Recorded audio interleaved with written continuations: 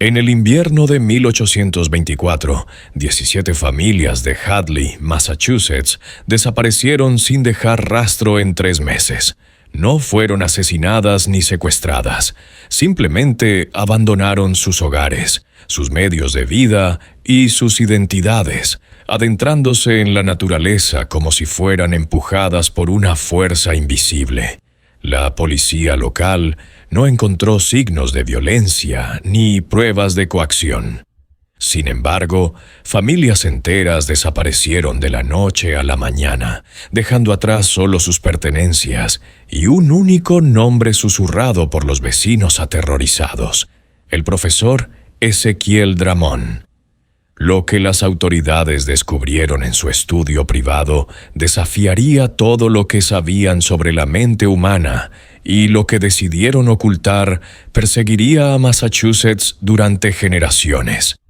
La ciencia de 1824 no tenía nombre para lo que Drummond se había convertido, ni explicación para sus métodos, ni forma de comprender la destrucción sistemática de la voluntad humana, que había perfeccionado. Antes de continuar con la historia del profesor Ezequiel Drummond y las familias que se adentraron voluntariamente en el olvido, asegúrate de suscribirte para no perderte historias como esta y cuéntanos en los comentarios desde dónde nos escuchas. La verdad de lo que ocurrió en Hadley aquel invierno permanecería enterrada en los archivos oficiales durante décadas, descartada como histeria colectiva por una ciencia demasiado primitiva para comprender las capacidades más oscuras de la manipulación humana. Schley, Massachusetts, en 1824, era una próspera comunidad agrícola de 800 almas enclavada en el fértil valle del río Connecticut, donde el tabaco y el maíz crecían altos en el rico aluvión. La ciudad había sido fundada en 1659 por colonos puritanos y a principios del siglo XIX se había convertido en una de las comunidades agrícolas más prósperas del oeste de Massachusetts. La calle principal King Street estaba bordeada de casas coloniales bien conservadas. Sus revestimientos de tablillas blancas y contraventanas negras reflejaban la prosperidad ordenada que caracterizaba la vida en los pueblos de Nueva Inglaterra. La ciudad contaba con 2 iglesias: la original casa de reuniones congregacionalista, con su imponente aguja blanca, y una capilla metodista más reciente, que atendía a la creciente población de inmigrantes irlandeses y alemanes que habían llegado para trabajar en las granjas en expansión. El reverendo Moses Kingsley había presidido la iglesia congregacionalista durante 23 años, pronunciando sermones que equilibraban la teología calvinista con las necesidades prácticas de una comunidad agrícola. Su homólogo, el reverendo Patrick O'Brien, atendía a los inmigrantes católicos con una gentileza que poco a poco se había ganado la aceptación incluso de las familias protestantes más tradicionales de Schley. El corazón de la vida intelectual de la comunidad era la Academia Schley, una prestigiosa escuela preparatoria ubicada en un gran edificio de ladrillo de 3 pisos en Elm Street, construida en 1798 con fondos donados por las prominentes familias de comerciantes del Valle de Connecticut. La academia atraía a estudiantes de toda Nueva Inglaterra y preparaba a los hijos de ricos comerciantes, políticos y terratenientes para ingresar en Harvard, Yale y Dartmouth. La reputación de excelencia académica de la escuela era motivo de gran orgullo para la comunidad, y las familias competían ferozmente para que sus hijos fueran admitidos. El profesor Ezequiel Drummond llegó a Hadley en el otoño de 1821, llevando consigo un maletín de cuero lleno de cartas de recomendación que hablaban de su extraordinaria visión de la condición humana y de sus revolucionarios métodos educativos. Sus credenciales eran impecables. graduado con honores por la Universidad de Harvard. Hablaba con fluidez latín, griego, francés y alemán, y había publicado artículos sobre retórica clásica y filosofía moral que le habían valido elogios de la élite intelectual de Boston Ponta a sus 35 años. Cuando llegó por primera vez, Drummond tenía un aspecto imponente que llamaba inmediatamente la atención. Medía más de 1,80 m y tenía la complexión delgada de un erudito que pasaba largas horas inclinado sobre los libros, pero se movía con la gracia fluida de alguien completamente cómodo consigo mismo. Su rasgo más llamativo eran sus ojos de un gris pálido, casi plateados bajo cierta luz, con una intensidad que hacía sentir a sus interlocutores como si pudiera ver directamente en sus almas. Su cabello se había vuelto prematuramente plateado en las sienes, lo que le daba un aire de distinguida sabiduría que contradecía su relativa juventud. La voz de Drummond era quizás su rasgo más notable. Nunca la alzaba por encima del volumen de una conversación, pero de alguna manera conseguía captar toda la atención cuando hablaba. Los estudiantes la describían como hipnótica. A los padres les parecía cautivadora, e incluso los ciudadanos más escépticos de Hadley se veían envueltos en largas conversaciones con el nuevo profesor. Había algo musical en su forma de hablar, una cuidadosa modulación del tono y el ritmo que hacía que incluso las observaciones más mundanas sonaran profundas. Los métodos de enseñanza del profesor eran diferentes a todo lo que se había empleado anteriormente en la academia. En lugar de la memorización mecánica y la disciplina estricta que habían caracterizado a la escuela bajo su predecesor, Drummond fomentaba lo que él llamaba el aprendizaje introspectivo. A los estudiantes la tarea de llevar diarios detallados en los que documentaran no solo su progreso académico, sino también sus respuestas emocionales a la literatura, sus observaciones sobre el comportamiento humano y sus pensamientos privados sobre los dilemas morales que se planteaban en los textos clásicos. Estos diarios se convirtieron en la base del enfoque pedagógico de Drummond. Pasaba horas leyendo las entradas de cada alumno, tomando notas cuidadosas en los márgenes y luego llevando a cabo reuniones privadas en las que discutía no solo cuestiones académicas, sino también las ideas personales que los jóvenes habían compartido en sus escritos. Los alumnos encontraban estas conversaciones emocionantes e inquietantes. Emocionantes porque Drummond trataba sus pensamientos con una seriedad que ningún adulto les había mostrado nunca, e inquietantes porque parecía comprender su vida interior mejor que ellos mismos. La matrícula de la academia se duplicó bajo el liderazgo de Drummond, pasando de 42 alumnos a 87 en el invierno de 1824. Familias adineradas de lugares tan lejanos como Boston y Nueva York comenzaron a enviar a sus hijos a estudiar con el profesor, que estaba ganando reputación como uno de los educadores más innovadores de Nueva Inglaterra. La lista de espera para ingresar era tan larga que algunas familias ofrecían donaciones sustanciales a la escuela con la esperanza de asegurar una plaza para sus hijos. Drummond vivía solo en una gran casa colonial en Elm Street, una estructura de 2 pisos con 12 habitaciones, que había sido construida en 1745 por el coronel Josiah Dwight, una de las familias fundadoras de Hadley.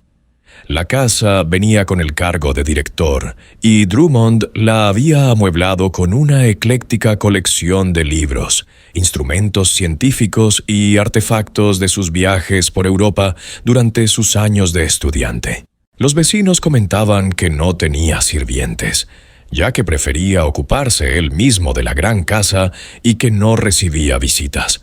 viviendo en una soledad erudita que algunos encontraban admirable y otros peculiar. Su rutina diaria era tan precisa como un reloj. Se levantaba cada mañana a las 5 y pasaba 1 hora en su estudio privado revisando los diarios que sus alumnos habían entregado el día anterior. A las 6, Cedo desayunaba solo en su comedor mientras leía la correspondencia que le llegaba regularmente de colegas de diversas universidades. Las clases comenzaban a las 7:30 en punto y Drummond impartía clases sin interrupción hasta las 3:00 de la tarde, con solo un breve descanso para tomar una comida ligera en su despacho. Pero era su rutina vespertina la que había comenzado a llamar la atención de toda la comunidad. Cada noche a las 6 en punto, independientemente del tiempo que hiciera, Drummond salía de su casa vestido con un largo abrigo negro y llevando un diario encuadernado en cuero. Caminaba por las calles de Hadley durante exactamente 2 horas, siguiendo una ruta que le llevaba por delante de las casas de las familias más prominentes de la ciudad. Caminaba despacio, con deliberación, deteniéndose con frecuencia para observar las casas con la intensidad de un arquitecto que estudia planos. La señora Abigail Hardwell, cuya casa estaba en la esquina de las calles Elm y King, tenía la mejor vista de los paseos nocturnos de Drummond. Más tarde describió su comportamiento al agente Thomas Brewer. Se detenía en cada puerta del jardín, a veces durante 5 o 10 minutos, estudiando las casas como si estuviera memorizando cada detalle. Llevaba ese diario a todas partes y a menudo lo veía tomar notas mientras observaba. Cuando una vez le pregunté qué estaba escribiendo, sonrió con esa peculiar sonrisa suya y dijo que estaba realizando observaciones antropológicas, estudiando cómo vivía la gente en su entorno natural. Otros vecinos confirmaron observaciones similares. Drummond se colocaba en lugares desde donde podía observar a las familias a través de las ventanas durante las horas de la tarde, cuando aún no se habían corrido las cortinas. Parecía especialmente interesado en los momentos de interacción familiar. Padres que disciplinaban a sus hijos, maridos y mujeres conversando, hermanos jugando. Su atención era tan intensa y sostenida que varios residentes habían empezado a correr las cortinas más temprano, incómodos bajo su escrutinio.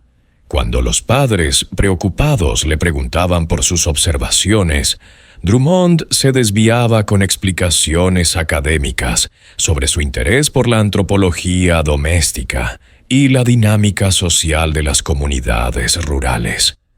Hablaba de escribir un tratado sobre la vida familiar estadounidense que contribuiría al emergente campo de la filosofía social. Sus explicaciones eran siempre plausibles y las daba con tal autoridad intelectual que quienes le preguntaban se sentían tontos por haber planteado dudas sobre lo que era. Evidentemente, y una investigación académica legítima. El invierno de 1824 llegó temprano y con una severidad inusual. La nieve comenzó a caer a finales de noviembre y continuó de forma intermitente durante todo el mes de diciembre, acumulándose hasta alcanzar una altura nunca vista en la memoria de los habitantes. En enero, los ventisqueros alcanzaban las ventanas del segundo piso de muchas casas y el río Connecticut se había congelado por primera vez desde el duro invierno de 1798. El frío inusual obligó a las familias a depender en gran medida de las provisiones almacenadas y de la cooperación entre vecinos, lo que creó una sensación de aislamiento y vulnerabilidad que resultaría crucial para los acontecimientos que siguieron. Fue durante este periodo de intimidad y dependencia forzadas Cuando el profesor Droman comenzó a aplicar los métodos que había estado desarrollando desde su llegada a Hadley, las largas noches de invierno, las ventanas cerradas y las íntimas reuniones familiares alrededor de la chimenea proporcionaron las condiciones perfectas para la observación sistemática y el mapeo psicológico que se convertirían en la base de su trabajo más siniestro. La primera familia en desaparecer fue la de los Chamberlain. Samuel, un próspero comerciante de cereales, cuyos almacenes abastecían a los granjeros de todo el valle de Connecticut. Su esposa, Merck, y sus 3 hijos, Benjamin, de 12 años, Sarah de New y el pequeño Thomas, de solo 6 años. Los Chamberlain eran una de las familias más respetadas de Clay, conocidas por sus generosas contribuciones a las iglesias y su hospitalidad infalible con los viajeros que pasaban por el valle. Samuel Chamberlain había construido su prosperidad gracias a sus astutos negocios y a una habilidad casi sobrenatural para predecir los precios del grano en los volátiles mercados de la década de 1820. Su almacén de King Street siempre estaba lleno de trigo, maíz y cebada, cuidadosamente almacenados en contenedores alineados que protegían el grano de la humedad y los insectos. Los granjeros venían desde kilómetros a la redonda para vender sus cosechas a Chamberlain, sabiendo que recibirían precios justos y medidas honestas. Su reputación de integridad le había hecho rico, y su riqueza le había dado influencia en los asuntos del pueblo. Mercy Chamberlain era igualmente respetada, conocida en toda la comunidad por su trabajo en la Sociedad Benéfica de Damas y su habilidad para organizar las labores de ayuda a las familias afectadas por enfermedades o desgracias. Era una mujer menuda y enérgica, con el pelo prematuramente canoso y unos inteligentes ojos marrones que no se les escapaba nada en sus cuidadosas observaciones de la vida comunitaria. La casa de los Chamberlain en Pleasant Street se llenaba a menudo de visitantes que buscaban su consejo sobre temas que iban desde la crianza de los hijos hasta el cuidado de los enfermos. Sus hijos eran el orgullo de la familia. Benjamin, el mayor, estaba matriculado en la academia y prometía ser un buen estudiante, especialmente en matemáticas y filosofía natural. Sarah era conocida por sus dotes musicales, ya que tocaba el pianoforte y el arpa con una habilidad que despertaba la admiración incluso de los visitantes de Boston. El pequeño Thomas era el favorito de la familia, un niño brillante y curioso, cuyas preguntas interminables y risa contagiosa habían encantado a todos en Hadley. La tarde del 14 de enero de 1824, la familia Chamberlain parecía completamente normal para sus vecinos.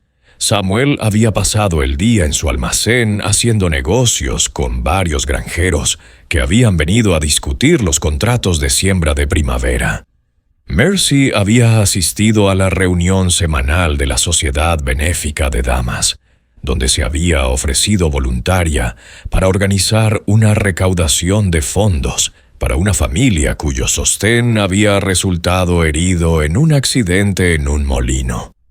Los niños habían asistido a sus clases habituales, Benjamin a la academia y Sarah y Thomas con la señorita Rebecca Porter, que enseñaba a leer y escribir a los hijos pequeños de familias prominentes.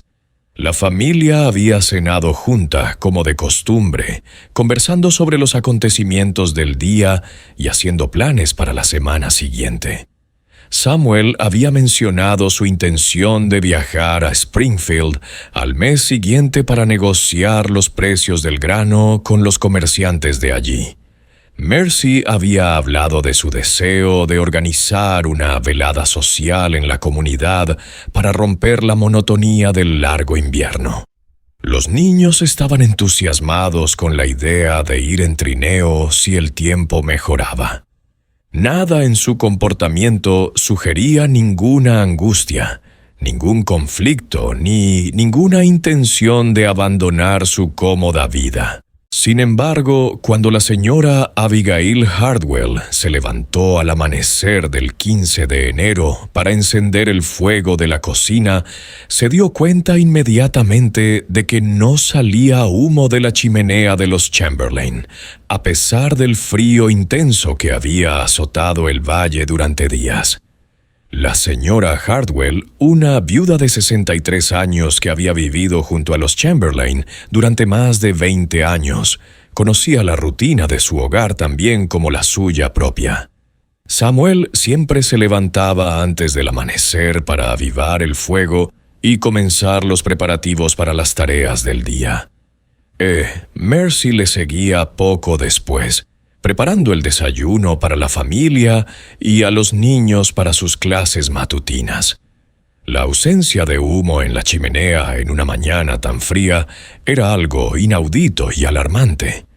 Preocupada por el bienestar de sus vecinos, la señora Hardwell se envolvió en una pesada capa de lana y atravesó el patio cubierto de nieve que separaba las dos casas.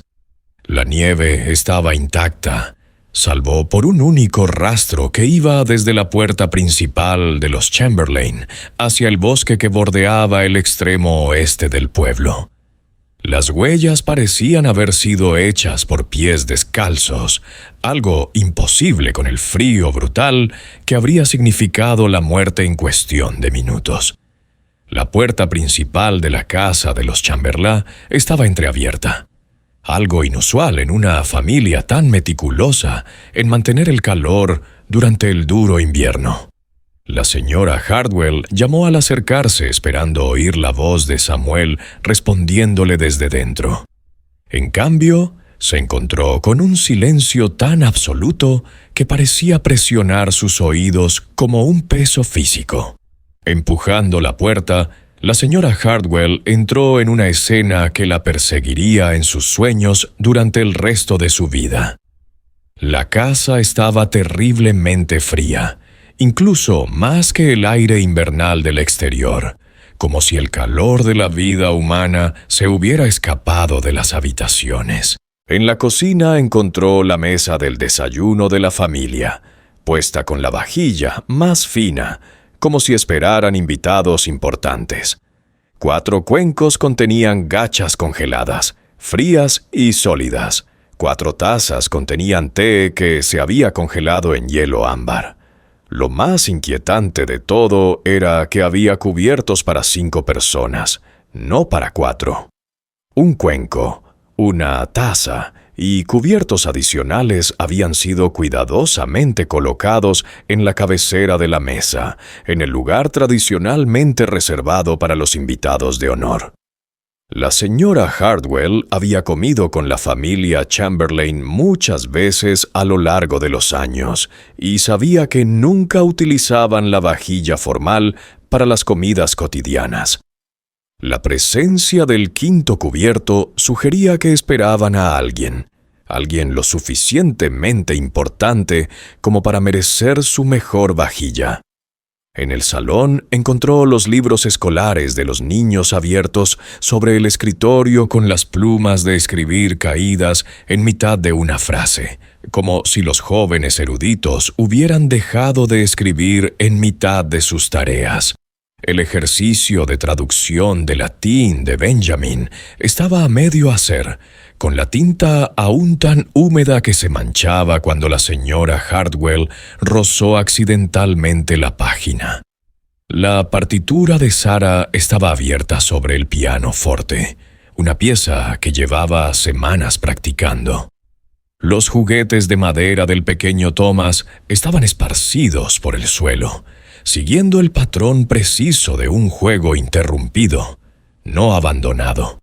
Lo más misterioso era que la ropa de invierno de la familia estaba colgada ordenadamente en perchas junto a la puerta principal. Abrigos de lana gruesa, guantes forrados de piel, bufandas de punto y botas de cuero resistentes. Todas las prendas protectoras esenciales para sobrevivir al frío brutal de enero permanecían en la casa.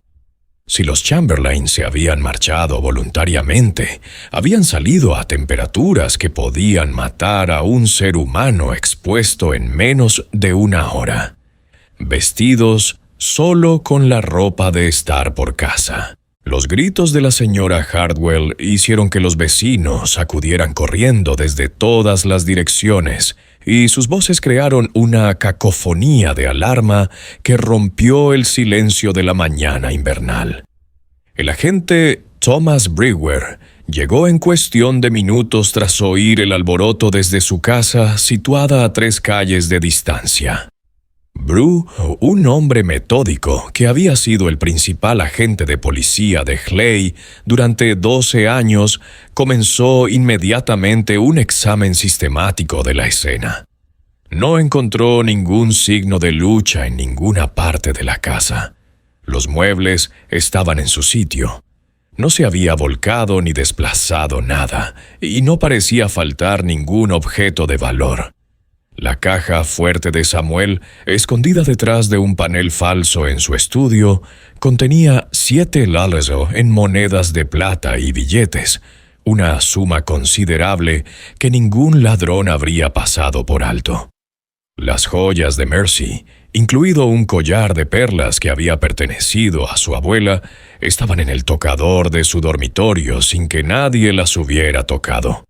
El ganado de la familia, que se encontraba en el establo detrás de la casa, había sido alimentado y abreviado esa misma mañana. El pesebre estaba lleno de heno fresco. La vaca había sido ordeñada y las gallinas habían recibido grano. Alguien había realizado estas tareas esenciales con el mismo cuidado y atención que Samuel mostraba todos los días. Sin embargo, él y su familia no estaban por ninguna parte. Lo más desconcertante de todo era el rastro que iba desde la puerta principal hacia el bosque. El agente Brewer, que había crecido cazando en los bosques de los alrededores de Hadley, reconoció inmediatamente que esas huellas habían sido dejadas por pies descalzos. 4 huellas, 2 de tamaño adulto y 2 más pequeñas, se alejaban directamente de la casa en línea recta, como si la familia hubiera caminado con un único propósito hacia un destino concreto. Pero las huellas contaban una historia imposible. La nieve tenía más de medio metro de profundidad, y la temperatura no había superado los 17 de Volaargideridosi en 3 días. Ningún ser humano podía caminar descalzo en esas condiciones durante más de unos minutos sin sufrir congelaciones tan graves que le impidieran seguir caminando. Sin embargo, las huellas no mostraban signos de tropiezos, ni indicios de angustia o prisa, ni pruebas de que los caminantes hubieran experimentado ninguna dificultad. El grupo de búsqueda que se formó esa tarde incluía a todos los hombres sanos de Hadley y varios de los pueblos vecinos. Liderados por el agente Brewster y organizados por el doctor Jeremiah Heydrich, el hombre más culto de la comunidad, los buscadores siguieron las huellas hasta donde pudieron. Las huellas seguían una línea recta durante casi medio kilómetro, cruzando campos y muros de piedra con precisión mecánica, sin desviarse nunca de su rumbo hacia el este. En el límite del antiguo bosque que separaba Hadley de la naturaleza salvaje, las huellas simplemente desaparecieron, no de forma gradual, ni ocultas por el viento o la nieve, sino que terminaban abruptamente, como si las 4 personas que las habían dejado hubieran dejado de existir. Los buscadores peinaron el bosque durante 3 días, llamando a los miembros de la familia hasta quedarse roncos, examinando cada tronco caído, cada huella en la nieve, cada posible refugio donde 4 personas pudieran haber buscado cobijo. No encontraron nada, ni ropa, ni cadáveres, ni rastro alguno de que seres humanos hubieran pasado por allí. Era como si la familia Chamberlain hubiera caminado hasta el límite del mundo conocido y hubiera dado un paso hacia la nada, dejando atrás solo el misterio de su desaparición y el creciente temor de que algo sobrenatural hubiera visitado su tranquila comunidad. Sin embargo, lo que más inquietaba a los buscadores no era lo que habían encontrado en el bosque, sino lo que recordaban de los días previos a la desaparición. Varios hombres recordaban haber visto al profesor Drummond hablando con Samuel Chamberlain fuera de la tienda de Henderson solo 2 días antes de que la familia desapareciera. La conversación había llamado la atención por su intensidad. Drummondaba en voz baja y con tono urgente, mientras Chamberlain escuchaba con una expresión de creciente fascinación que rayaba en el trance. Jacob Henderson, el propietario de la tienda, estaba lo suficientemente cerca como para escuchar parte de la conversación. Más tarde le contó al agente Brewer que Drummond había estado hablando de lo que él llamaba la carga de la vergüenza oculta y la paz que se obtiene al abandonar las identidades falsas. A Henderson le había parecido un tema extraño para una conversación informal, pero la reputación académica de Drummond hacía que esas discusiones filosóficas parecieran normales, incluso admirables. Más inquietante aún era el testimonio del joven Marcus Hedrick, hijo de 16 años del Dr. Hedrick y uno de los alumnos más prometedores de Drummond.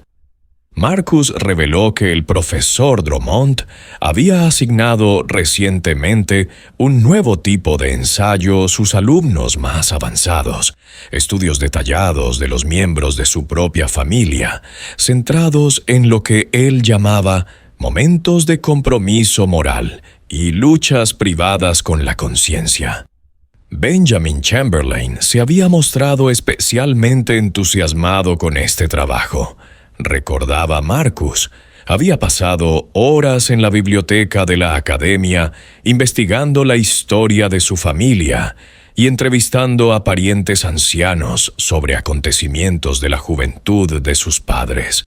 Según se informa, su ensayo final, que había entregado al profesor Drummond solo una semana antes de la desaparición, contenía información sobre los negocios de su padre, que, según Benjamin, explicaba por qué su padre a veces parecía tan preocupado durante sus oraciones. Cuando el agente Brewer solicitó examinar el ensayo de Benjamin, el profesor Drummond explicó que todos los trabajos de los alumnos eran confidenciales y que divulgarlos sin permiso violaría la confianza esencial para sus métodos educativos. La explicación era razonable, la negativa cortés, pero firme, y Brewer carecía de autoridad legal para exigir el acceso a materiales académicos. Pero la coincidencia inquietó a muchos en la comunidad. El profesor Drummond había obtenido de alguna manera información detallada sobre la vida privada de la familia Chamberlain a través de los trabajos de sus alumnos. Había entablado con Samuel una intensa conversación filosófica sobre la vergüenza y la identidad oculta. Y en cuestión de días, toda la familia había desaparecido sin explicación alguna. Las conexiones parecían obvias, pero era imposible demostrar que se hubiera cometido ningún delito, ya que no había ningún delito identificable. La desaparición de la familia Chamberlain fue solo el comienzo de una pesadilla que transformaría a Clay en una comunidad paralizada por el miedo y la sospecha. Si te está gustando esta investigación sobre uno de los misterios más inquietantes de Nueva Inglaterra, dale al me gusta y cuéntanos en los comentarios si has oído historias similares en tu región. No olvides suscribirte. Tenemos muchos más casos históricos oscuros que pondrán a prueba todo lo que crees saber sobre la naturaleza humana. A medida que enero daba paso a febrero, el misterio del destino de la familia Chamberlain se convirtió en el único tema de conversación en los hogares, tiendas e iglesias de Hadley. Algunos residentes comenzaron a cerrar con llave por primera vez en su vida. Otros empezaron a viajar en grupo, temerosos de aventurarse solos. Algunos comenzaron a mirar al profesor Drummond con otros ojos, preguntándose qué papel podría haber desempeñado el misterioso educador en la desaparición de una de las familias más respetadas de la comunidad. A medida que las semanas tras la desaparición de los Chamberlain se convertían en un mes, el misterio dio lugar a teorías que iban de lo racional a lo extraño en la estrecha comunidad de Hadley. Los residentes más prácticos sugirieron que el negocio de cereales de Samuel había atraído la atención de bandidos que de alguna manera habían obligado a la familia a abandonar su hogar para acceder al dinero o los bienes ocultos. Otros señalaron la inusual severidad del invierno, especulando que la familia había sucumbido a una forma de locura estacional provocada por el aislamiento y el frío. Los ciudadanos más religiosos susurraban sobre el juicio divino, sugiriendo que algún pecado oculto había provocado la ira de Dios sobre los Chamberlain. Esta teoría cobró fuerza cuando el reverendo Moses Kingsley mencionó en su sermón dominical que la familia había faltado 2 veces a los servicios religiosos en los últimos meses, una ausencia sin precedentes que algunos interpretaron como una prueba de apostasía. Los inmigrantes católicos, liderados por el reverendo Patrick O'Brien, respondieron con teorías sobre antiguas maldiciones relacionadas con la propia tierra, basándose en el folclore de su Irlanda natal sobre lugares donde la tierra podía tragarse a los vivos. Lo más inquietante eran los rumores sobre espíritus indios y demonios del bosque, supersticiones que los ciudadanos racionales normalmente descartaban, pero que se veían obligados a considerar ante un suceso tan inexplicable. Los ancianos recordaban historias que les habían contado sus abuelos sobre los primeros habitantes del Valle de Connecticut, que sugerían que los Chamberlains habían violado de alguna manera un terreno sagrado y habían sido reclamados por fuerzas anteriores a la colonización europea. El profesor Ezekiel Drummond parecía ser el único que no se sentía preocupado por la creciente ansiedad de la comunidad. Mientras otros organizaban grupos de búsqueda adicionales y celebraban reuniones de oración para pedir ayuda divina para localizar a la familia desaparecida, él continuaba con su rutina habitual con una precisión mecánica que algunos encontraban tranquilizadora y otros consideraban cruelmente indiferente. Nunca dejó de dar sus paseos vespertinos, aunque varios residentes notaron que su ruta se había ampliado para incluir calles que nunca había explorado antes, y que su atención a las casas por las que pasaba se había vuelto aún más intensa. Los alumnos de la academia informaron de que los métodos de enseñanza de sus profesores habían experimentado cambios sutiles, pero significativos, desde la desaparición de Chamberlain. Había introducido nuevos ejercicios de escritura que les obligaban a analizar las motivaciones psicológicas de los personajes de la literatura clásica, centrándose especialmente en los momentos en que los individuos decidían abandonar sus vidas anteriores en busca de verdades superiores. Sus tareas exigían cada vez más a los alumnos que examinaran a sus propias familias, con la perspectiva distanciada de los científicos sociales, documentando conversaciones privadas, patrones de comportamiento y pruebas de conflictos ocultos o culpas no resueltas. Estos ejercicios académicos podrían haber parecido inofensivos si no fuera por su inquietante especificidad. El profesor Drummond pidió a sus alumnos que identificaran a los miembros de su familia, que parecían más agobiados por vergüenzas privadas, que parecían ocultar secretos al resto del hogar, y que mostraban signos de lo que él denominaba fragilidad psicológica bajo presión. Les animaba a observar a sus padres y hermanos como casos prácticos de la debilidad humana, y recompensaba las observaciones más perspicaces con elogios que hacían que los jóvenes se sintieran ansiosos por profundizar aún más en la vida privada de sus familias. Marcus Hedrick, el hijo de 16 años del doctor. Jerem Hedrick se sintió especialmente atraído por estas tareas, a pesar de la creciente inquietud que le provocaban sus implicaciones. Marcus era un joven inteligente y sensible, que siempre había estado muy unido a su familia, pero los ejercicios del profesor Drummond le obligaron a ver a sus padres y a su hermana pequeña Sarah con una nueva mirada que revelaba defectos y vulnerabilidades que nunca había notado antes. Bajo la guía de Drummond, Marcus comenzó a documentar la tendencia de su padre a la melancolía.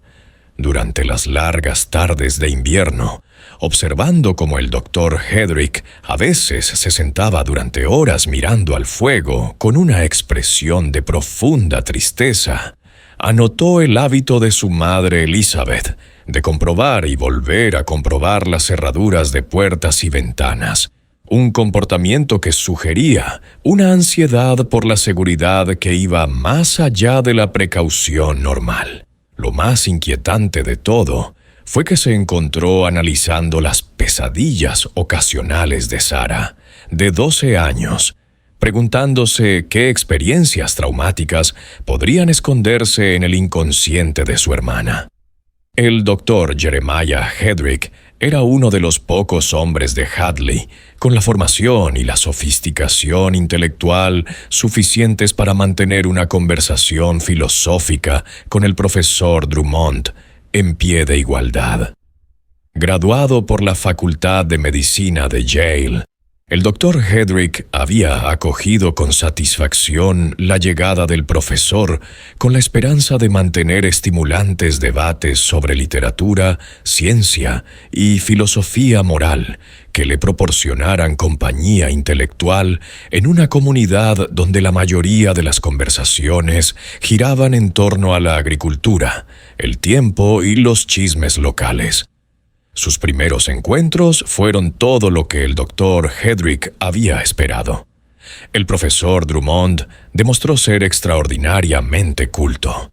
Hablaba varios idiomas con fluidez y era capaz de discutir temas complejos que iban desde la filosofía política europea hasta los últimos avances de la ciencia médica.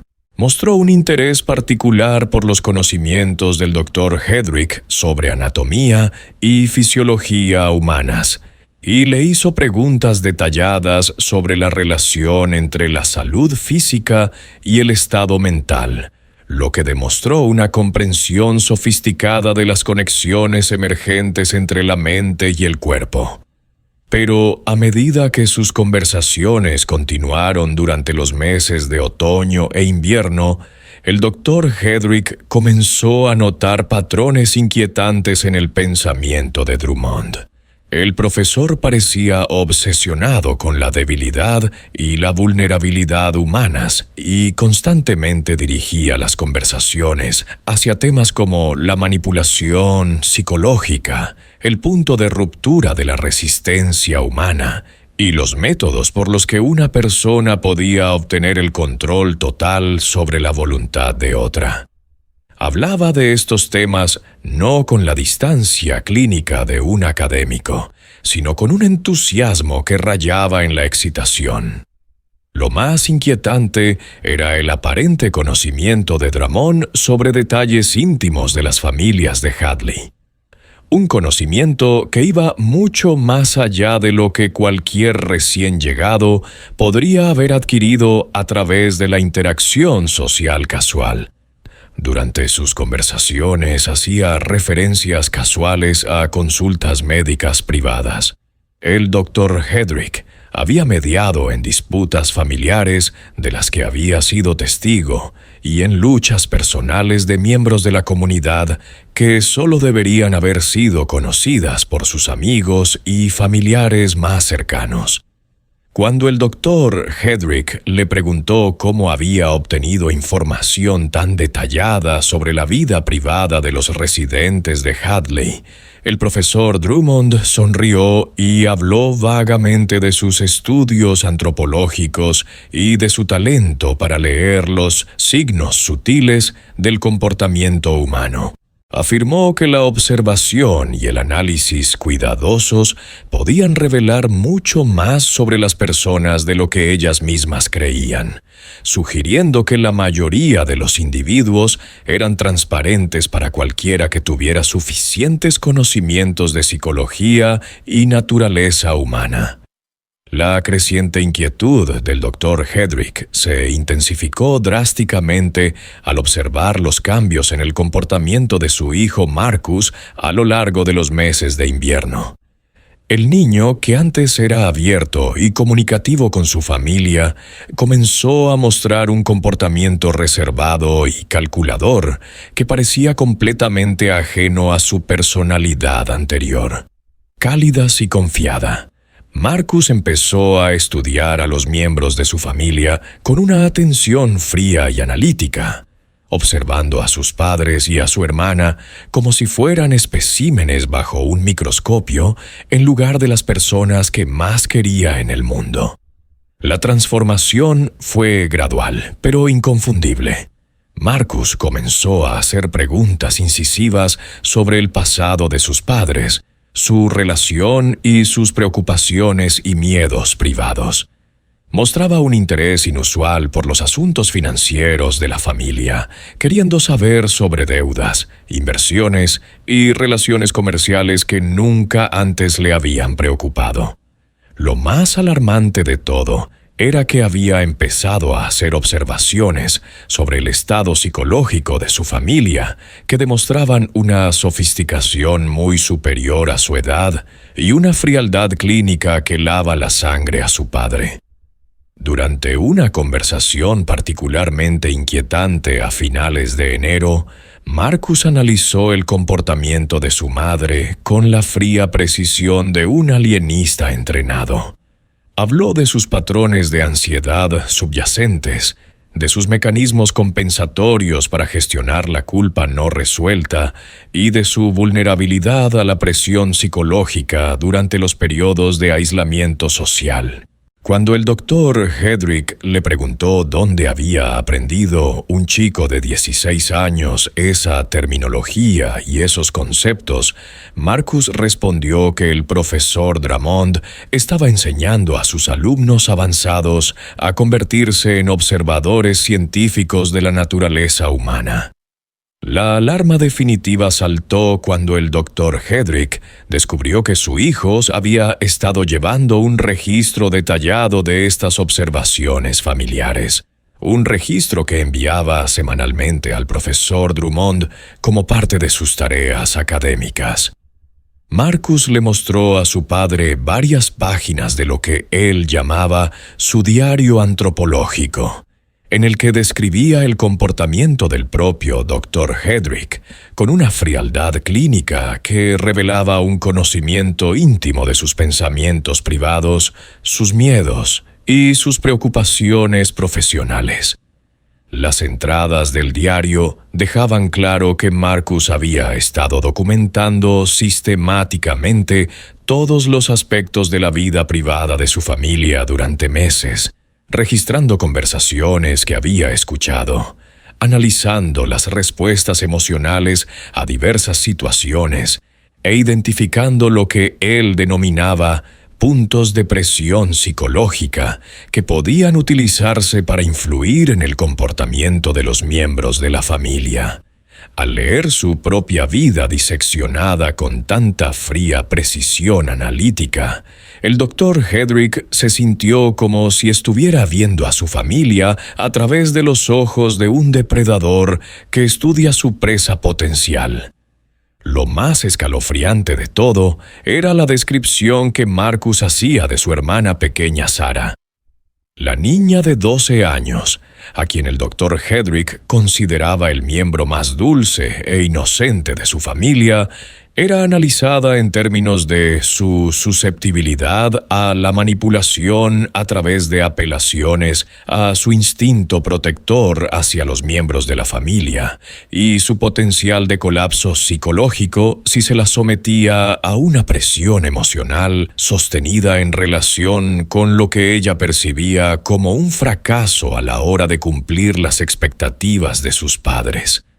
El doctor Hedrick se dio cuenta con creciente horror de que su hijo ya no solo asistía a las clases del profesor Drummond, estaba siendo entrenado sistemáticamente como un instrumento de espionaje psicológico contra su propia familia. El amor y la preocupación naturales del niño por sus padres y su hermana se habían pervertido en un distanciamiento clínico que le permitía estudiar sus vulnerabilidades con precisión científica. Todo al servicio de un propósito mayor que el Dr. Hedrick apenas comenzaba a comprender.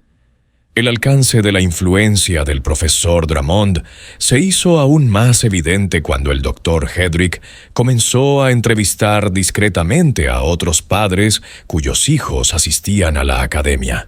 Lo que descubrió confirmó sus peores temores. Todos los alumnos de las clases avanzadas de Drummond estaban llevando a cabo estudios antropológicos similares sobre sus familias, documentando comportamientos y conversaciones privadas en diarios detallados que entregaban regularmente a su profesor. Todos los padres con los que habló el Dr. Hedrick habían notado cambios similares en el comportamiento de sus hijos. Un nuevo secretismo, un enfoque analítico de las relaciones familiares y una inquietante tendencia a hacer preguntas indiscretas sobre asuntos privados. Pero la mayoría había atribuido estos cambios al desarrollo normal de la adolescencia o al resultado natural de una educación avanzada. Solo cuando el Dr. Hedrick señaló los patrones, comenzaron a reconocer la naturaleza sistemática de la transformación que habían experimentado sus hijos.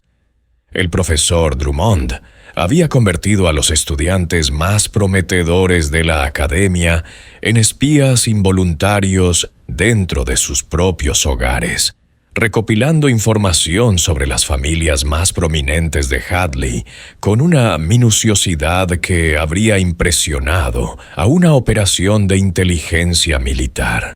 Cada conversación privada, cada disputa familiar, cada momento de vulnerabilidad o debilidad era documentado y comunicado a un hombre cuyos verdaderos propósitos permanecían completamente ocultos tras una fachada de respetabilidad académica a medida que avanzaba febrero y el misterio de la desaparición de la familia Chamberlain seguía sin resolverse. El Dr. Hedrick comenzó a sospechar que su destino estaba relacionado de alguna manera con la manipulación psicológica sistemática que el profesor Drummond estaba llevando a cabo en toda la comunidad. El conocimiento detallado del profesor sobre los asuntos privados de las familias, combinado con su aparente capacidad para influir tan profundamente en el comportamiento de los estudiantes, sugería unas capacidades que iban mucho más allá de los métodos educativos normales. Pero comprender el alcance de las actividades de Drummond y demostrar cualquier conexión con la desaparición de los Chamberlain eran retos completamente diferentes. En 1824 no existían leyes que abordaran la manipulación psicológica o la recopilación sistemática de información privada. Incluso si el Dr. Hedrick pudiera demostrar que el profesor Drummond estaba llevando a cabo algún tipo de experimento social utilizando a las familias de Hadley como sujetos involuntarios, no existía ningún marco legal para abordar tales actividades. Aún más preocupante era darse cuenta de que la influencia de Drummond se extendía más allá de sus propios alumnos. La investigación del Dr. Hedrick reveló que el profesor había cultivado relaciones con numerosos adultos de toda la comunidad, tenderos, sirvientes domésticos, comerciantes y obreros, que se veían envueltos en conversaciones que parecían casuales, pero que en realidad eran sofisticadas operaciones de recopilación de información. La imagen que surgió fue la de un hombre que había pasado 3 años cartografiando sistemáticamente el panorama psicológico de toda una comunidad, identificando vulnerabilidades, documentando debilidades y tal vez llevando a cabo experimentos de manipulación humana que la ciencia de su época no tenía marcos para comprender o abordar. Si el profesor Drummond era realmente responsable de la desaparición de la familia Chamberlain, había logrado algo mucho más inquietante que un simple asesinato. De alguna manera había convencido a 4 personas para que abandonaran voluntariamente sus vidas, caminando hacia una muerte segura con aparente voluntad. La pregunta que atormentaba al Dr. Hedrick a medida que febrero daba paso a marzo no era si el profesor Drummond poseía los conocimientos y habilidades necesarios para orquestar tal manipulación psicológica, sino si alguien creería que tales capacidades eran posibles en una época en la que la ciencia de la mente humana aún estaba en pañales. Propia sofisticación de los métodos de Drummond los hacía invisibles para una comunidad que carecía de las herramientas conceptuales para reconocer la guerra psicológica cuando se llevaba a cabo en medio de ellos. La segunda familia en desaparecer de Hadley lo hizo en la madrugada del 23 de febrero, exactamente 39 días después de que los Chamberlain se adentraran en el bosque. Esta vez se trataba de la familia Prescott.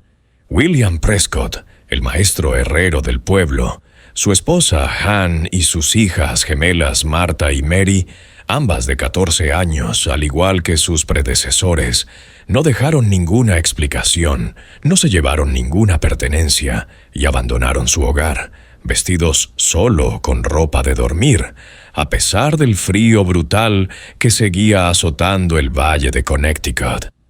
William Prescott era un hombre cuya fuerza física y temperamento estable lo habían convertido en indispensable para la comunidad. Con más de 1,80 de altura y casi 90 kilos de peso, todo el músculo forjado durante 20 años de trabajo con el hierro y el acero, era el tipo de hombre que parecía incapaz de ser intimidado o coaccionado por ninguna fuerza terrenal. Su fragua en King Street era el corazón de la vida mecánica de Hadley, donde se fabricaba de todo, desde herraduras hasta complejas máquinas agrícolas. Lo que hizo especialmente impactante la desaparición de William fue su reputación de fe religiosa inquebrantable. Había sido diácono de la iglesia congregacional durante 8 años, dirigiendo reuniones de oración y organizando actividades benéficas para las familias más desfavorecidas de la comunidad.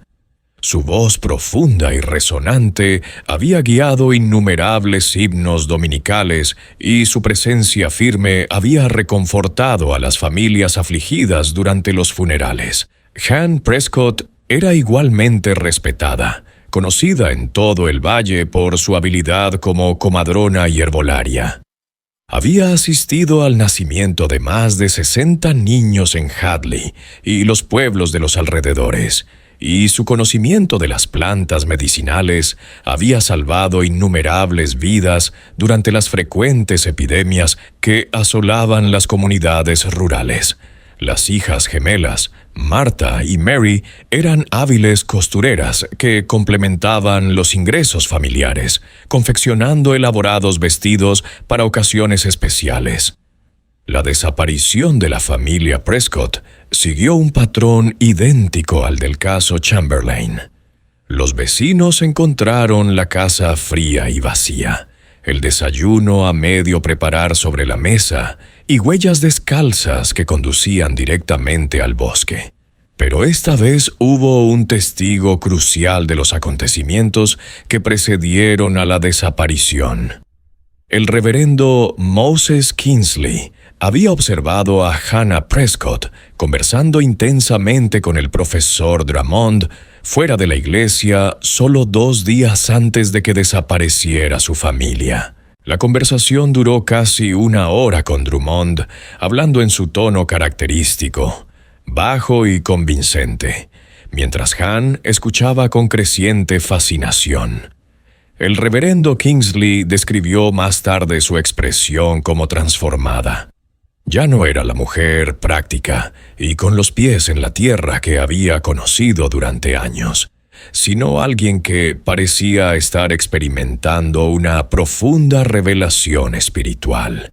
La investigación del Dr. Hedrick reveló que William Prescott también había recibido visitas del profesor Drummond en su herrería. Con el pretexto de encargarle trabajos de metalistería para la academia, Drummond había entablado con el herrero conversaciones filosóficas sobre la culpa, la redención y el peso de la vergüenza oculta. Según se informa, estas conversaciones habían dejado a William profundamente perturbado, lo que le llevaba a pasar largas horas de la noche leyendo la Biblia con una intensidad inusual. El patrón se estaba volviendo claro y aterrorizaba al Dr. Hedrick. El profesor Drummond estaba atacando sistemáticamente a familias utilizando la información recopilada a través de su red de informantes estudiantiles para identificar vulnerabilidades psicológicas específicas y luego explotaba esas debilidades mediante conversaciones cuidadosamente orquestadas que de alguna manera convencían a familias enteras de abandonar voluntariamente sus vidas. A principios de marzo, el Dr. Hedrick había descubierto todo el alcance de la red de inteligencia del profesor Drummond gracias a una minuciosa investigación que reveló una red de vigilancia más sofisticada de lo que jamás hubiera imaginado. El profesor había cultivado informantes en todos los niveles de la sociedad de Hadley, desde sirvientes domésticos que escuchaban conversaciones privadas de las familias hasta tenderos que observaban el comportamiento y los hábitos de compra de los clientes. Cada informante creía que era el único. Cada uno se sentía especialmente elegido por su aguda percepción de la naturaleza humana. La señora Prudence Wakefield, una anciana viuda que trabajaba como empleada doméstica en varios hogares, proporcionó el testimonio más condenatorio durante su recuperación de una fiebre grave que le había soltado la lengua. Reveló que el profesor Drummond se había acercado a ella en octubre, poco después de la primera helada fuerte, ofreciéndole dinero a cambio de lo que él llamaba observaciones antropológicas sobre la familia para la que trabajaba, lo que había comenzado como detalles inocentes: quién visitaba a quién, qué comidas se servían, qué cartas llegaban. Se había convertido gradualmente en un espionaje sistemático centrado en los aspectos más íntimos de la vida privada. Tiene una forma de hacer que quieras contárselo todo, confesó la señora Wakefield al Dr. Hedrick con las manos temblorosas al recordar sus reuniones mensuales. Se sentaba en su elegante salón, Me ofrecía té y me hablaba como si fuera una mujer culta cuyas opiniones importaban. Me hacía preguntas tan profundas sobre el comportamiento humano que me hacía sentir como si mis observaciones fueran datos científicos tremendamente importantes. Antes de darte cuenta de lo que está pasando, has compartido secretos que podrían destruir a las personas que confían en ti sus momentos más íntimos. La red se extendía mucho más allá de los sirvientes domésticos. El Dr. Hedrick descubrió que Tom Patterson, el mozo de cuadra de 17 años que cuidaba de los caballos de toda la ciudad, había estado informando sobre las discusiones entre maridos y mujeres que escuchaba mientras cuidaba de sus animales. Sarah Mills, la costurera que trabajaba en casas particulares reparando y arreglando ropa, documentaba las dificultades económicas de las familias que se revelaban en las peticiones de arreglos en lugar de ropa nueva. Incluso el jefe de correos, Jonathan Heath, que había jurado mantener la confidencialidad de los correspondientes, admitió compartir información sobre los patrones de las cartas, quién recibía comunicaciones de parientes lejanos, quién hacía negocios con acreedores de otros pueblos, quién mantenía contacto con socios que podían sugerir aspectos ocultos de su pasado. Lo más inquietante era el carácter sistemático de la recopilación de información de Drummond, el doctor. Hedrick encontró pruebas de que el profesor mantenía archivos detallados sobre todas las familias prominentes de Hadley, cruzando información de múltiples fuentes para construir perfiles psicológicos completos. Estos archivos no solo contenían datos, sino también análisis que identificaban las vulnerabilidades de cada familia, trazaban sus relaciones y predecían cómo podrían responder a diversas formas de presión psicológica. El profesor Drummond había construido esta red con una manipulación psicológica magistral que explotaba las necesidades y las inseguridades más profundas de cada informante. Convenció a la señora Wakefield de que sus observaciones contribuían a una importante investigación que ayudaría a las generaciones futuras a comprender mejor la naturaleza humana. Hizo que Tom Patterson se sintiera intelectualmente valioso, elogiando sus conocimientos sobre el comportamiento de los adultos y tratando a un mozo de cuadra apenas alfabetizado como si fuera un erudito. Apeló al sentido de la justicia de Sarah Mills, sugiriéndole que las luchas privadas de las familias ricas merecían ser documentadas para contrarrestar su apariencia pública de perfección. Cada informante recibía un pago cuidadosamente calculado para crear dependencia sin despertar sospechas. Recibían suficiente dinero para mejorar notablemente sus circunstancias, pero no tanto como para sugerir que algo inusual estaba ocurriendo. Más importante aún, Drummond alimentaba su necesidad de reconocimiento e importancia, haciendo que cada persona sintiera que su posición particular en la comunidad le proporcionaba un acceso único a información valiosa que nadie más podía obtener. La tercera desaparición familiar se produjo el 11 de marzo, siguiendo el patrón ya familiar, pero con detalles adicionales que revelaban la sofisticación de los métodos de Drummond. La familia Cornelius, Jonathan, un próspero comerciante, su esposa Ruth y su hijo Timothy, de 15 años, desapareció después de que Jonathan pasara 2 semanas manteniendo conversaciones cada vez más agitadas con el profesor Drummond sobre lo que éste llamaba la carga de la vergüenza heredada. La investigación del Dr. Hedrick reveló que Drummond se había enterado de alguna manera de la deserción del padre de Jonathan del ejército continental durante la Guerra de la Independencia. un secreto familiar que había permanecido oculto durante más de 40 años, mediante una cuidadosa manipulación de las conversaciones y encuentros fortuitos con personas que mencionaban la historia militar. Drummond había hecho creer poco a poco a Jonathan que la cobardía de su padre se estaba difundiendo por toda la comunidad. La campaña psicológica contra la familia Cornelius demostró las técnicas más sofisticadas de Drummond. No se limitó a amenazar con revelar el secreto familiar, sino que orquestó una serie de acontecimientos aparentemente inconexos que hicieron que Jonathan sintiera que la verdad estaba saliendo a la luz por sí sola. Un comentario casual sobre los desertores de la Guerra de la Independencia escuchado en la tienda general.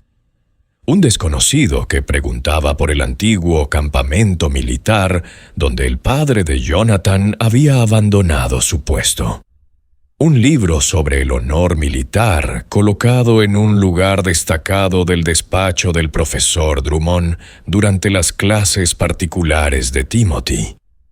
Todo cuidadosamente planeado para minar la seguridad de Jonathan. Justo cuando creíamos haber visto lo más profundo de la manipulación de Drummond, el horror en Hadley se intensifica. Si esta historia te da escalofríos, comparte este vídeo con un amigo al que le gusten los misterios. Dale al botón me gusta para apoyar nuestro contenido y no olvides suscribirte para no perderte historias como esta. Descubramos juntos lo que descubrió el Dr. Hedrick cuando se dio cuenta de que su propia familia estaba siendo objeto de un ataque. El descubrimiento más escalofriante se produjo cuando el Dr. Hedrick se dio cuenta de que su propio hijo Marcus había sido reclutado no solo como informante, sino como participante activo en campañas de manipulación psicológica contra otras familias. Marcus reveló que el profesor Drummond había comenzado a entrenar a estudiantes seleccionados en lo que él llamaba técnicas de influencia social, enseñándoles a reconocer las vulnerabilidades psicológicas de los demás y a explotar esas debilidades con lo que él denominaba fines de investigación antropológica. Marcus describió tareas que iban mucho más allá de la simple observación. A él y a otros estudiantes avanzados se les ordenó entablar conversaciones con miembros específicos de la comunidad con el fin de sondear sus puntos débiles psicológicos, introducir ideas que les provocaran ansiedad o dudas sobre sí mismos e informar sobre cómo respondían sus objetivos a diversas formas de presión social. Se les estaba entrenando como manipuladores junior, aprendiendo a utilizar la psicología humana como arma bajo la apariencia de un estudio académico. El enfrentamiento que revelaría los verdaderos métodos del profesor Drummond se produjo cuando el Dr. Hedrick descubrió que su hijo se disponía a presentar un informe que contenía detalles sobre un secreto familiar tan devastador que podría destruir para siempre la reputación de los Hedrick en la comunidad. El informe documentaba la lucha privada del Dr. Hedrick contra la adicción a la lidocaína desarrollada durante sus estudios de medicina cuando utilizó este medicamento a base de opio para tratar unos fuertes dolores de cabeza, ocultándolo cuidadosamente a su familia y a sus pacientes durante más de una década. Marcus había deducido de alguna manera la dependencia de su padre mediante técnicas de observación sistemática que le había enseñado el profesor Drummond. Las pruebas eran sutiles, pero condenatorias. El ligero temblor de las manos del Dr. Hedrick a determinadas horas de la mañana, cuando se le estaba acabando el suministro, sus reacciones defensivas cuando los pacientes le preguntaban por sus prácticas de prescripción de analgésicos y su costumbre de hacer viajes prolongados a Boston, que coincidían con periodos de ansiedad e irritabilidad inusuales cuando su suministro local era insuficiente. ¿Cómo has podido saberlo?, le espetó el doctor Hedrick enfrentándose a su hijo en la intimidad de su estudio a medianoche. ¿Cómo has podido descubrir algo que he ocultado a todo el mundo, incluso a tu madre? La respuesta de Marcus heló a su padre hasta los huesos. El profesor Drummond nos enseñó que todas las debilidades humanas dejan señales para aquellos que están entrenados para reconocerlas. Nos enseñó a trazar patrones de comportamiento, a identificar los síntomas físicos de diversas formas de culpa y vergüenza, a construir perfiles psicológicos basados en una observación cuidadosa. Padre, puedo leerte como si fueras un libro de medicina, porque él me enseñó exactamente qué buscar. La frialdad clínica del chico era más inquietante que cualquier enfado o acusación. Marcus hablaba de la adicción de su padre con el mismo análisis desapasionado que podría aplicar a un experimento de química, catalogando síntomas y comportamientos sin aparente conciencia de que estaba destruyendo la confianza y el amor que habían definido su relación durante 16 años. Más preguntas revelaron el alcance completo del programa de entrenamiento del profesor Drummond. Junto a los estudiantes seleccionados, se les enseñaba a convertirse en microscopios humanos capaces de detectar los más mínimos signos de vulnerabilidad psicológica en cualquier persona con la que se encontraran.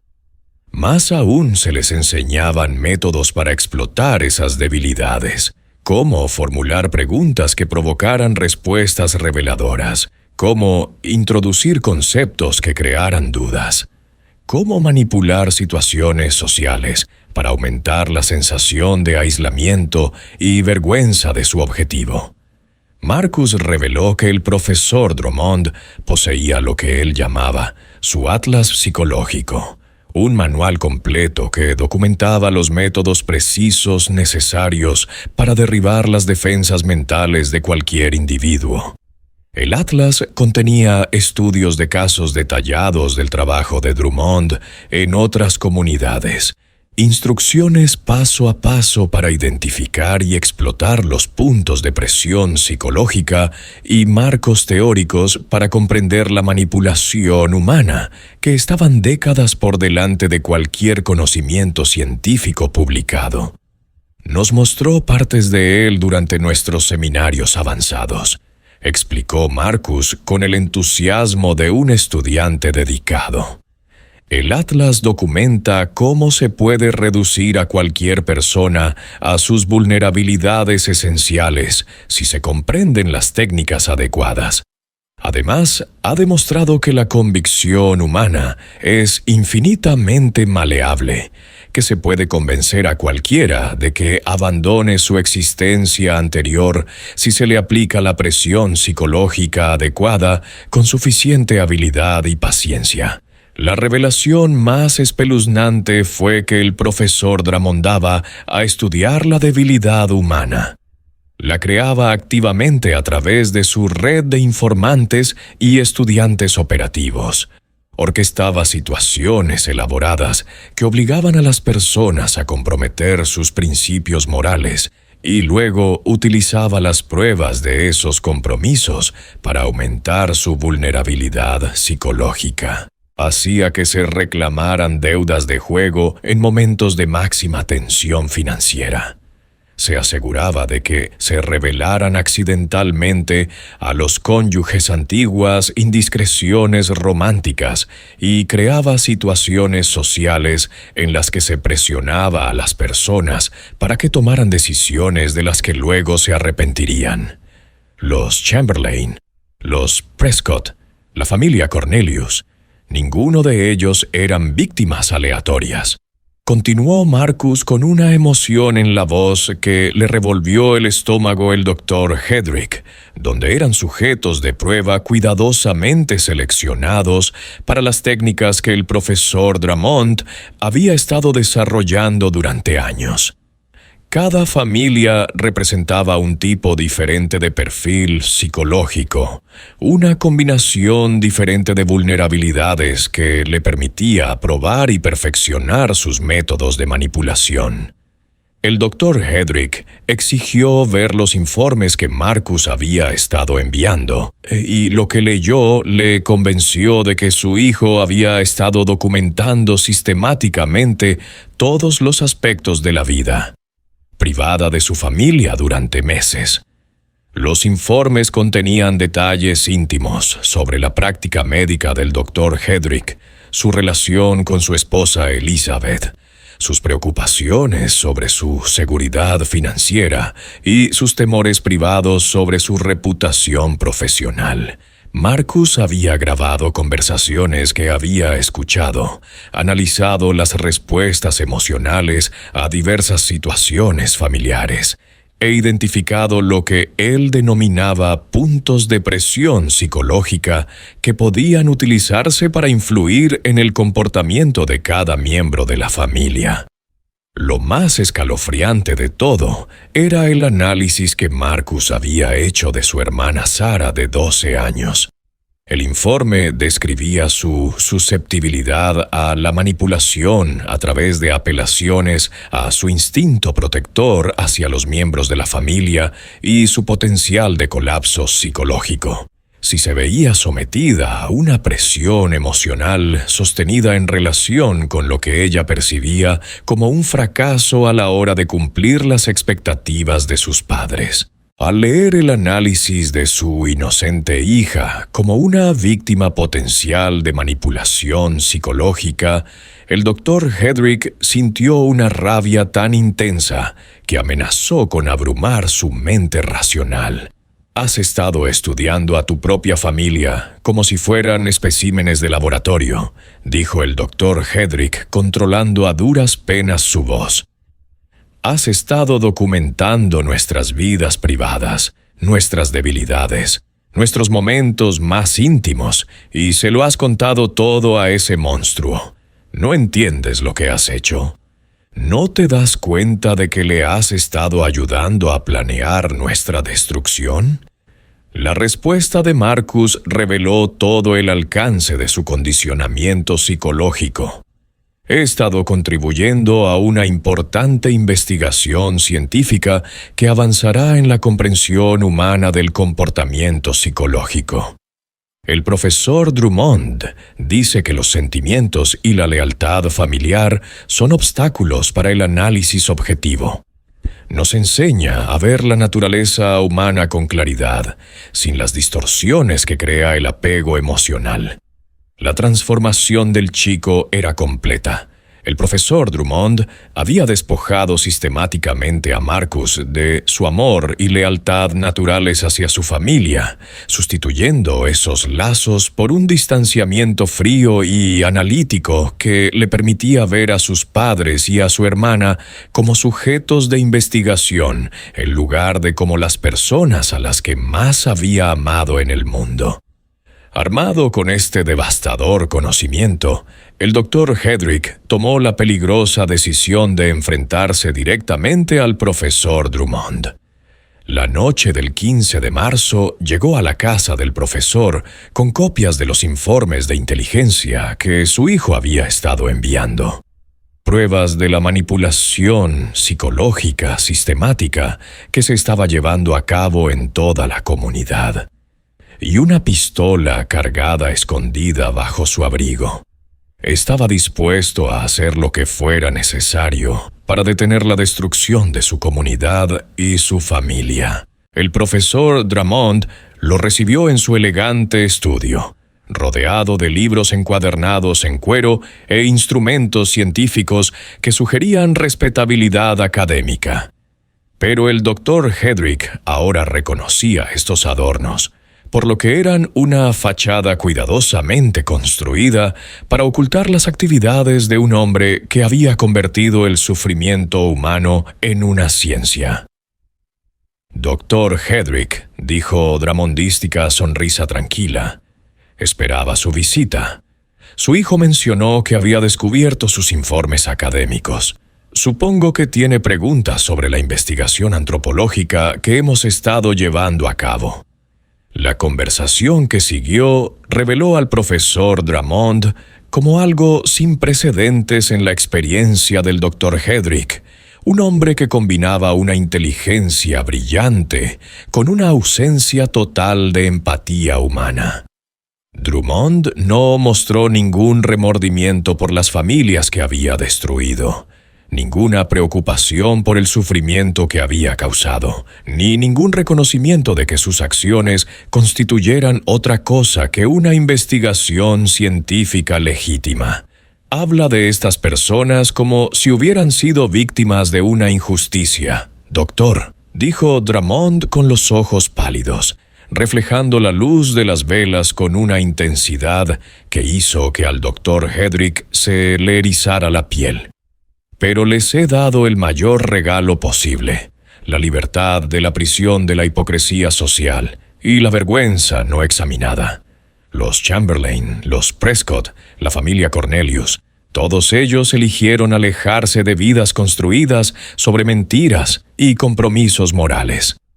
Yo solo les ayudé a reconocer que sus máscaras se habían convertido en cargas insoportables. Cuando el Dr. Hedrick lo acusó de asesinato, el profesor Drummond se rió con auténtica diversión. «El asesinato requiere un cadáver, doctor. Yo he creado algo mucho más elegante.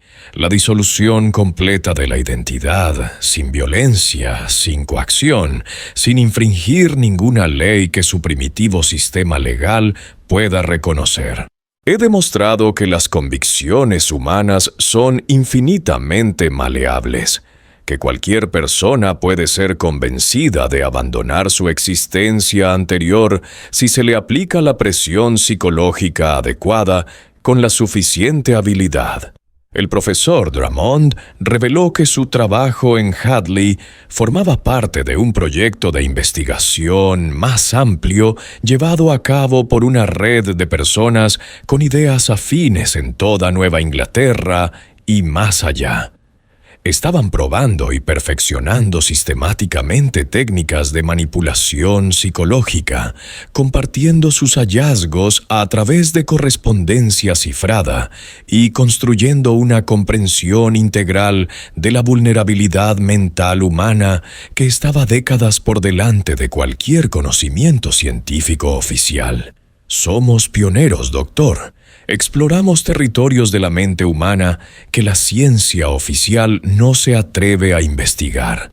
Las universidades se preocupan por lenguas muertas y filosofía abstracta, mientras nosotros llevamos a cabo investigaciones reales sobre la naturaleza fundamental de la conciencia humana. Mis colegas de Vermont, New Hampshire, Connecticut y Massachusetts han obtenido resultados similares utilizando los métodos que hemos desarrollado juntos.